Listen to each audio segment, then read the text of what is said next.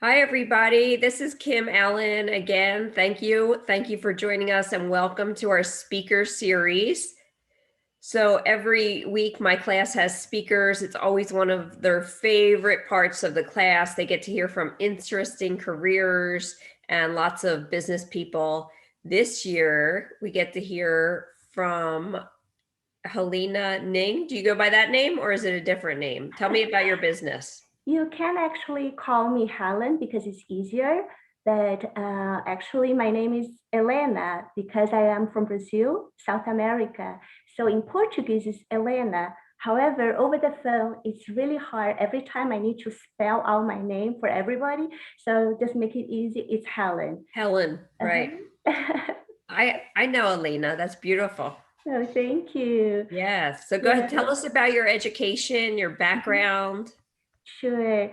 Again, I was from Brazil, and over there, unlike what a lot of people believe, we don't speak Spanish over there. We speak Portuguese. Mhm. So that's why Elena. And besides Portuguese, I also speak some Spanish because I did 1 year courses over there because the languages are very similar. Mhm. And I also speak Chinese because my parents, they are Chinese from Taiwan. So I grew up in Brazil. So most of my education was in Brazil. And over there, to enter university, we needed actually to take a specific entrance exam to that particular university. It's not based on your uh, grades on high school. No matter what your grades Oh. were, you just needed to be the top performers on the entrance test. So I went to this high school that was focused really to putting students into universities. So at that time, I studied like crazy. It was really intensive, 7 days a week, well, 6 days, but then on Sundays, I studied by myself. And it was a full time just to prepare myself to enter the university. So at that time, we also needed to decide, besides which university we wanted to go, also which major we wanted to go. We have to decide right there. So when I thought about it, I couldn't decide because I didn't know what I liked.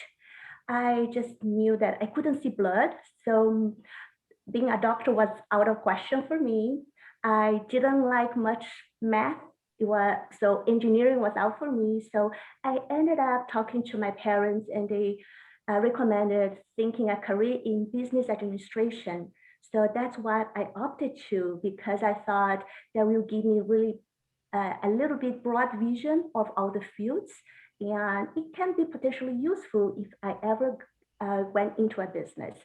So there I went. I studied my bachelor's degree, and during the college time, I really enjoy marketing and finance. So I did some internship on both areas. But when I graduated, I still wasn't sure which area I liked better. So, but then I started having this idea, oh, I really would like to have my own business, but I didn't have the capital and I didn't know what I wanted to do. So I thought, okay, so let me start working and see where my career takes me. So I was lucky enough to go into a trainee program at a bank. This trainee program pretty much it allows us to rotate within all the departments of the bank headquarters for Oh, one okay. year. So at the end of the 1 year, uh, one of the departments would select us, whoever they like most, and they would hire us full time. So I did that, and it was really great because I learned all the operations of all the departments of the bank. And I end up working in a kind of analysis and planning department, which pretty much assisted the stock market trading of the bank. We generated reports on a daily basis and accompany the profits and losses of the stock market. So it was fun at the beginning, but at the end of 1 year, I got so bored because it was a routine work, right? So at the beginning it was really fun, but then once start becoming repetitive, I thought this is not what I like. And then for being able to see all the other departments within the bank, I understood finance wasn't what I liked. So I Mm. wanted to change my career and try the marketing path. But then I thought, okay, already I graduated 2 years already. I'm already late compared to other people. So how do I start in marketing? So I found this other company. It was the largest health insurance company in Brazil. And they also have a trainee program, very similar to the one in the bank. Also, we rotated within the areas of the company. But what I really like about these companies, they really have a very strong marketing department because they did all the in-house advertising. And also they have a franchising department because they started to make franchises. And it was something completely new, a very new concept at that time. So I went into the training. At the end of the 1 year, I was lucky enough to land a job at the franchising department, which I really wanted. It was amazing because that department probably was in place about a year and a half. So everything was new. It was a small team and we were growing tremendously. So we had to develop everything from the scratch. We started doing operations manual for each franchise, for all the departments like IT, for the medical department, for sales, for customer service. It was super fun. So And creative too, right? I'm sorry? So creative. Very creative, yes, because we have to build up PowerPoint presentations, simulating sales, simulating customer service, customer with problems, and how to answer to those questions. So it was really nice. And then whenever we really had a new franchise, we would fly over there and prepare them, like start training the whole staff. And I was in charge of customer service department. So I trained all the customer service area, and then we stay until the grand opening and stay also a few days to make sure everything was running smoothly before we return to the headquarters. So I worked over there for about 3 years and it was really, really fun. We were opening franchises all over Brazil. But at the same time, I had a chance to travel a lot within Brazil with my friends. So every weekend, every major holiday, I would pack my bag and I would travel. So I had seen beautiful sights like the famous Rio, the Statue of the Redeemer, and the Sugarloaf Mountain, where you see like panoramic view of the coastal city. And I went to the Iguazu Falls. So those are experiences that really gave me very, very strong sense of what I like. I really love to get to know new places and try different food in different regions of Brazil. So that's when my passion for travel started. So uh, after 3 years working in the franchising department, things starting to become routine again for me because we already developed the business model, we already developed all the trainings. There was no more new challenges, nothing new. So I wanted a change again, and I thought I really would like to have my own business, but I didn't have again the capital, and I didn't feel confident enough in terms of knowledge, and I didn't have any great ideas on what new business could be. So I thought, okay, maybe I will try to change my career now to travel because I love it so much. But at that time in Brazil, there were not really any formal training for the travel industry. And I didn't know anyone in the travel industry to ask for any information or any courses. So I checked online and I found this amazing program in Spain. It was a master in international tourism. So I thought, okay, that combines two of my passions. One, travel, I will learn about it and I could apply my knowledge maybe academically or in field.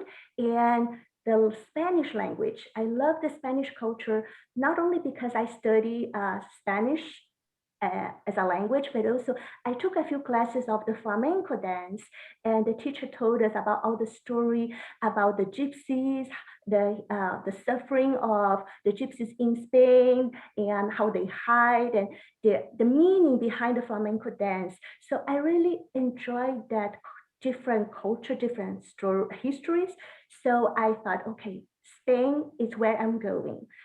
But uh, for uh, to enter the master's program in Spain, they require a certificate of proficiency in English, which I didn't have. I knew English, but I didn't have that certificate. So I actually contact my cousins here in the USA because one of my cousins, she was a teacher in the English program at Cal State LA.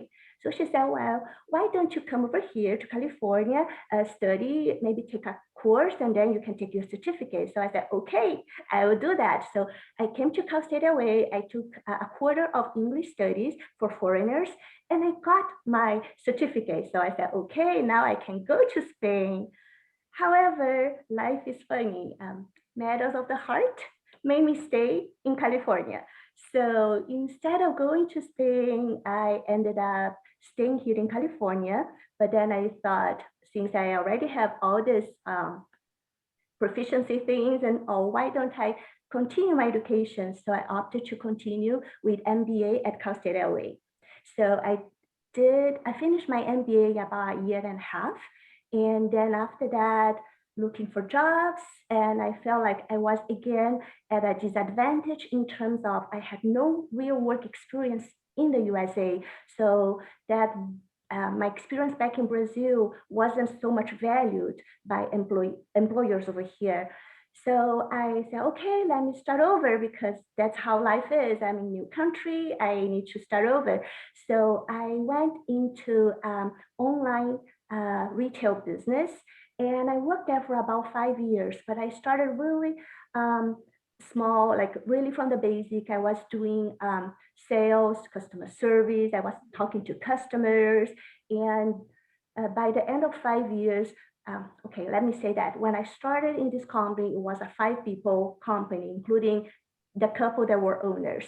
So by the time I left, it grew into a 60 employees company. And when I left, I was the manager of the marketing and also the administrative departments. So I did build a career over there. However, that came the moment again for me to stop and think, I'm not getting any younger. And this is not what I love to do. I am comfortable doing that. I'm okay with what I'm doing, but I don't want to work like this for the rest of my life. I want to work with something that I really love. So I thought, okay, let's scrap everything. Let me start over. It's now or never. So I went to look for a job at a travel agency and started again from the very beginning. I was picking up the phones, and because they knew I had background in marketing, I also was in charge of their marketing department, updating their websites, helping with the development of their websites, and sales, of course, because I was a travel agent. So I did multiple roles over there, being sales agent, but also marketing coordinator over there. And in this first travel agency, it was actually catered more to Chinese speaking customers, and they were more specialized in cruises. So that's where I really learned most of my cruise knowledge. And I have to tell you something really funny because I knew theoretically how the entire cruising experience is, but I have never been to a cruise. So they sent me to this cruise to Baja, Mexico. And then I knew that on the day of embarkation, we want to go there around noontime because then we can have the buffet lunch and then go to our cabin.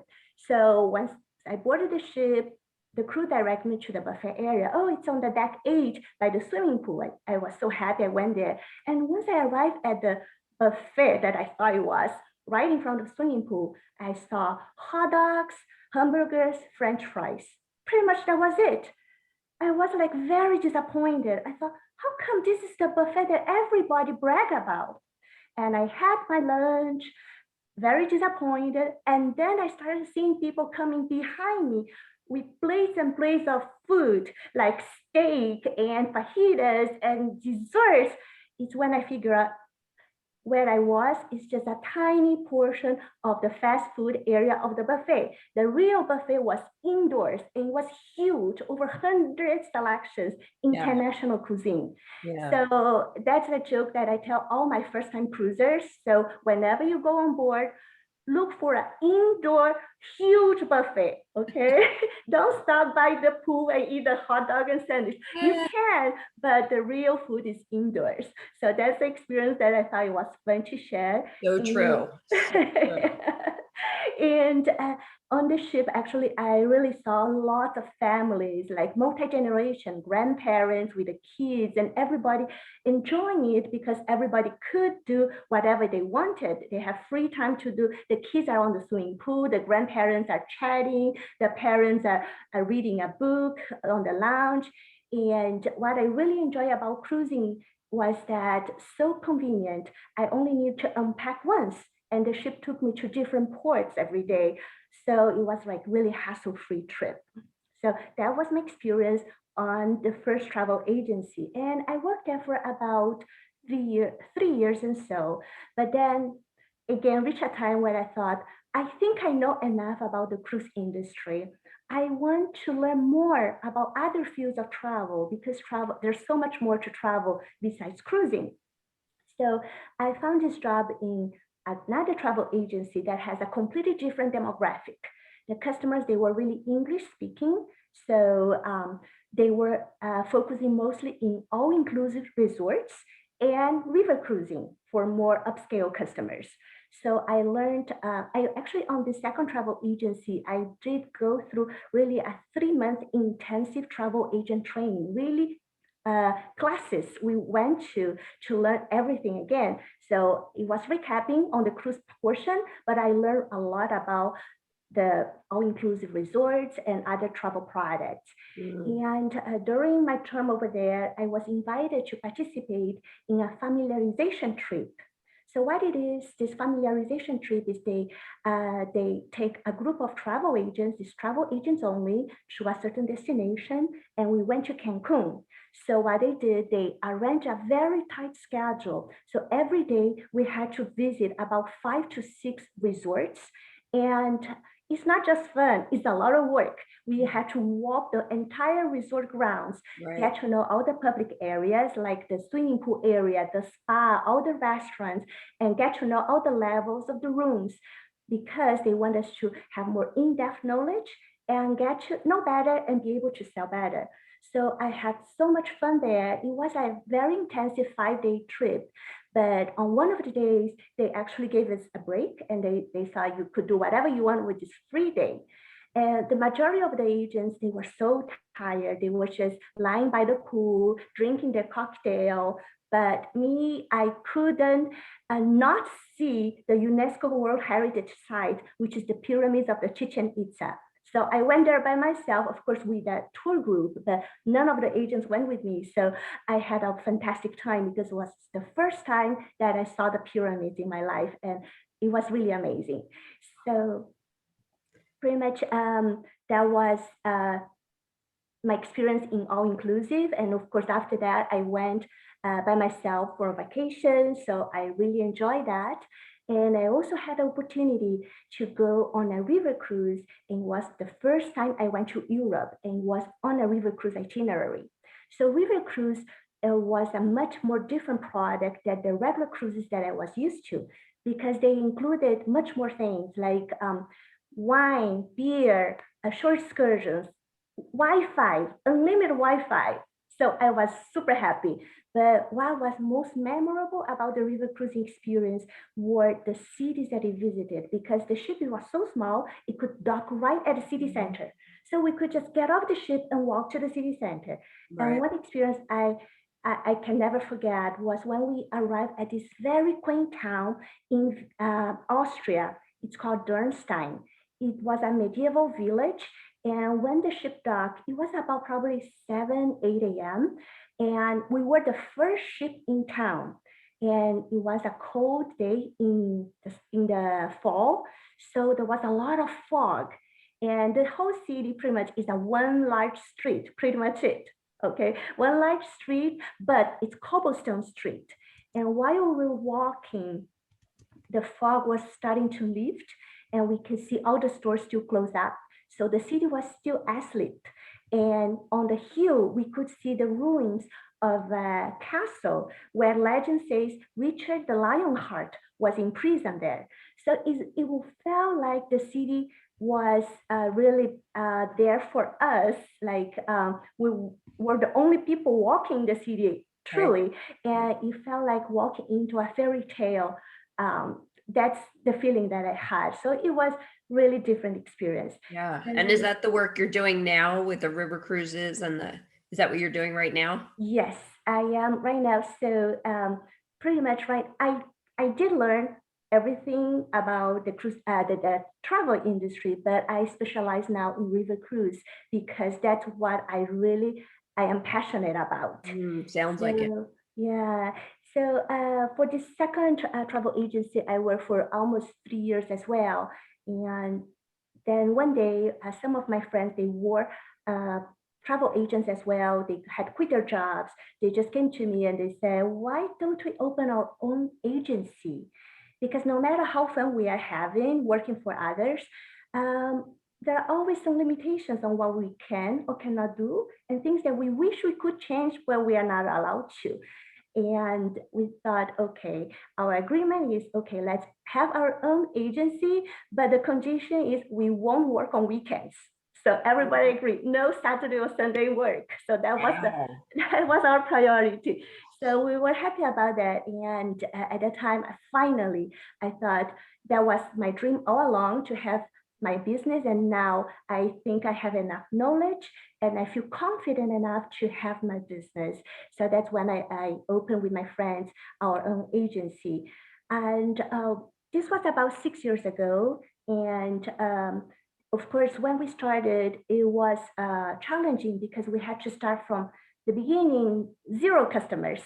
So we started telling all our friends and family of what we were doing, and we spent heavily on printed advertising, and that's how we started. And then last year the pandemic hit, so it's always a lot of challenges that we try to overcome, but I guess that's for any business in this industry. Yeah. Yeah. Well, thank you so much. I have a ton of student questions coming in. So Oh, I'm going to ask sure. those students, go ahead and drop your questions in there. Would you ever go back to Spain? Did you end up going to Spain?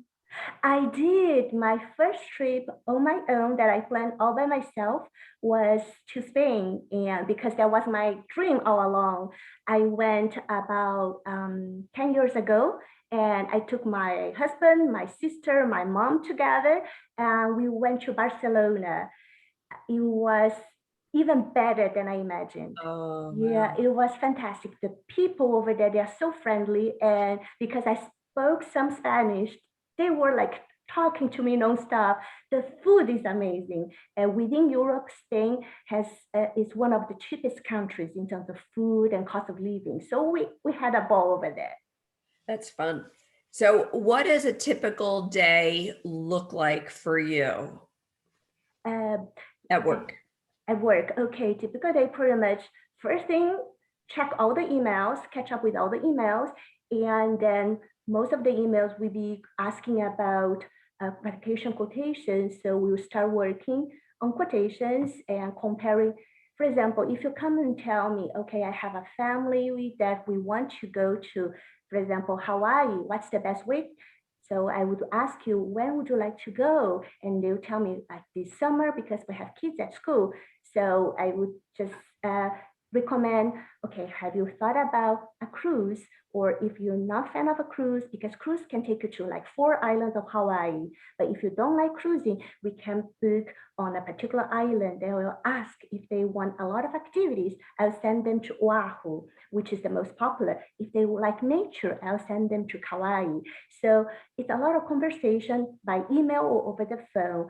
And my whole day is revolved about quoting. And once customers decide on the vacation, I'll help them book it, review all the details with them. It's actually a lot of work in the back office. Yeah, I customers believe it. don't see that, but we will need to do a lot of research first, provide the pricing, and after that, we make the booking. After making the booking, we need to set reminders when they need to make the payments, when is the final payment, when they need to book their air, or when they will get the final documents, remind them of their vacation coming. So it's a lot of back office work. This sounds so fun to It me, is. but I think we like the same things. Do you have a least favorite part about traveling? Somebody's asking. Least favorite part, yes, I cannot stand long flights myself because unfortunately I am not able to fly business or first class yet. So I usually fly coach, which is economy class. And some flights are really, really tight. There's barely space for my legs, and I'm not a very tall person. So I really don't like to stay on the airplane long time, but we get to be there. Yes. And do you have what's a place that you have not been to that you want to go? Ireland. Okay, Ireland is actually, I was supposed to go last year again with my family, but due to pandemic, we postponed for this year, and I still hope it might be happening. Ireland because even though I haven't been there, I received a lot of training and saw a lot of videos, and the nature over there is just amazing. Everything green. So miles and miles of green, coastal scenery, a lot of castles, mansions. So that's where I would like to go. Cool. And I don't know if any of you watched the series Poldark. Poldark, I think it shows Ireland, and Outlander shows Oh, Scotland. Yes, so yeah. I want to go Ireland, Scotland combined. So if you watch Outlander or Poldark, you see the beautiful green images. So that's where I wanted to go. Yes. Oh, that was so unusual. Yes. So here's some other questions. Mhm, COVID for the mhm, last year, what have you done with your business? What have you had to do to adapt? mhm. What have you Okay, learned? okay, pretty much we decided to really close the physical office temporarily. So the location, the office is still there, but then we moved to working remotely at home. So everybody have internet connection. We got all the files at home, and pretty much we just explain to customers whenever they call that we're working from home, so they can reach us anytime. So we had to adapt to being able to be reached even on the weekends or evening time, because now there's not really that business hours that was in the standard operations time.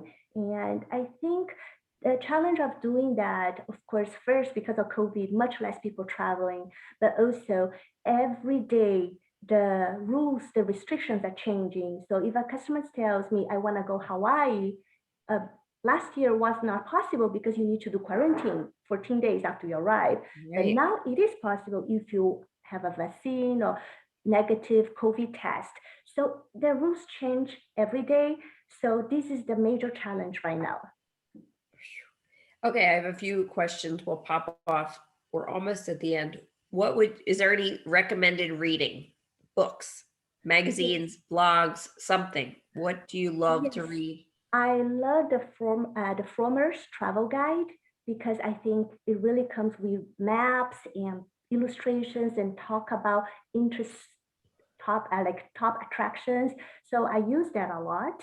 And even if you don't get a physical book, you can always research online. And again, I really like Frommer's and I like TripAdvisor because I really like to read the other travelers' reviews for everything, for attractions, for hotels. And most of my recommendations I give is after I have reviewed everything myself and I feel comfortable sending my customers over there. Ah, Mhm, and do you have any tips? So some of my students are going to be doing job interviews. mhm. Do you have any tips for job interviewing? Yes, definitely. Always present yourself, dress up professionally, no matter what type of job you are applying to. Because the first impression, the first few seconds that a person see you, it's the impression they will get from you. So you always want to look neat, clean, and professional. Always bring up your smile. No matter how shy you are, smile. Um, what do you have a morning routine? Morning routine, yes. Are you talking about personal or at work? Both. Both. Okay, yes, morning routine. Of course, after waking up, breakfast is the number one. I get to get my fuel for the day. While I'm having breakfast, I must watch the news to keep up to what's happening around me, and news in general, because everything affects the travel industry. COVID affect travel industry, wars, uh, political unrest, economy. So I need to be tuned to what's happening in the world to know what I'm expecting to kind of plan for my future. So that's it. And then after that, just get ready to go work. Yeah, I think it's so important. Our personal morning routine sets us up for the professional. Yes. And then one last question. What advice would you give to your younger self? Okay. Wow, that's a tough one. Yes, I know. Study harder. One of my regrets is that I did go to Chinese school to try to learn writing and reading. However, the Chinese characters are so complicated, they don't follow a logic. So it's really memorization. And I was young and too lazy. So I learned how to speak fluent Chinese. I can communicate verbally, but writing and reading, I was too lazy to keep on learning that. So I stopped, I gave up. And that really impacted my career choices down the road, because I had interviews with some big companies like Chinese companies, and they needed me to be able to read and write Chinese, and I couldn't. So my younger self, I would say, study harder when you have a chance, while your brain is still kind of assimilating all the information, because the older you get, the less you can keep and retain the information. So to you, all of you out there, I think it's really important to at least learn a second language besides English. Could be Spanish, could be Chinese, could be French, German, whichever language you have more affinity. But I think language skills is very important nowadays. That's great. Thank you so much for being here. And I'm going to leave your information in the captions below if anybody wants to get a hold of you. Thank you. Okay. Oh, thank you for having me. It was a pleasure talking to all of you.